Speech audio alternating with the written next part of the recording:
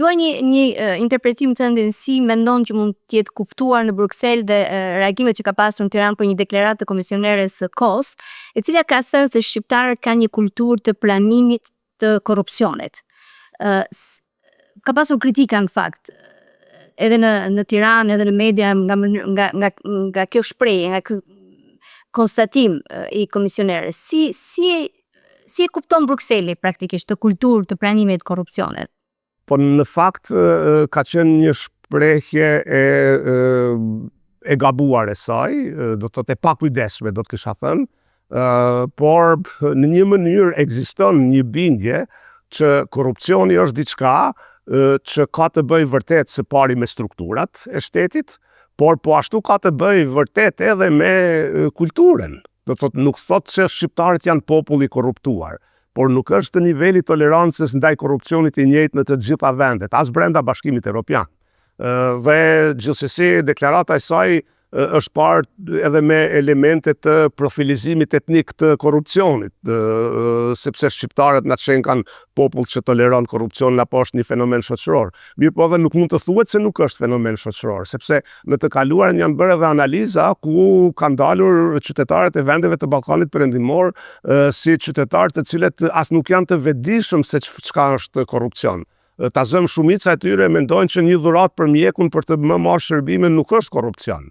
Dhe këto janë gjëra që duhet të diskutohen, mundësisht pa etiketime dhe ofendime, pa profilizime dhe stereotipe për popujt e tërë, por gjithsesi unë nuk mendoj që ajo ka pasur qëllimin që të thotë se është një shtet ku korrupsioni është problemi kulturës. Në anën tjetër, nuk është mirë as mbrojtja që shihet në Shqipëri, sekinse në Shqipëri nuk ka as pak më shumë korrupsion se sa që ka në Bashkimin Evropian.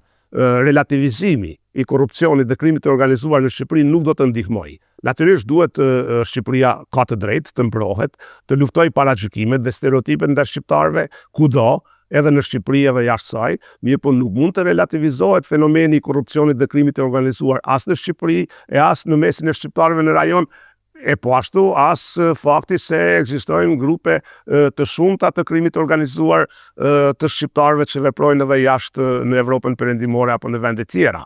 Pra, ky nuk duhet të shihet si fenomen i shqiptarëve, por duhet të pranohet si diçka që ekziston dhe që nuk ka të bëj as me përkatësinë kombëtare as me shtetin, por thjesht janë struktura kriminale të cilat duhet të luftohen së bashku.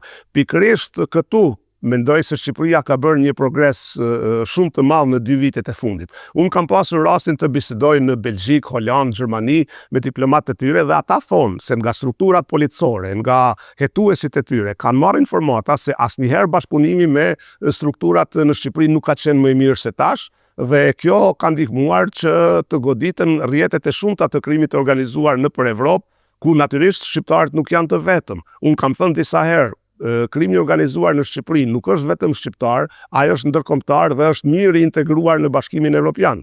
Nganjëherë kemi pasur edhe ekspertë që na kanë thënë në takime të mbyllura këtu se në disa faza krimi organizuar në disa vende është më i fortë se shteti. Prandaj asnjë shtet, as Belgjika nuk mund ta luftojë e vet me krimin e organizuar.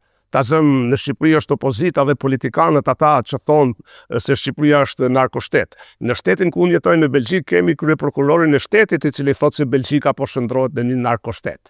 Por ai nuk është politikan. Kështu që dua të them se duhet të ketë çështje në 2 binar. Së pari të luftojmë kundër paragjykimeve ndaj shqiptarëve dhe ndaj Shqipërisë, por në anën tjetër të mos hyjmë në rrezikun për të relativizuar problemin. Jam shumë dakord me konstatimin tënd. Është e vërtetë që gjithmonë ne gjejmë një shpjegim. Po ata kanë korrupsion, edhe portet e tyre kanë korrupsion, andaj kalon droga etj.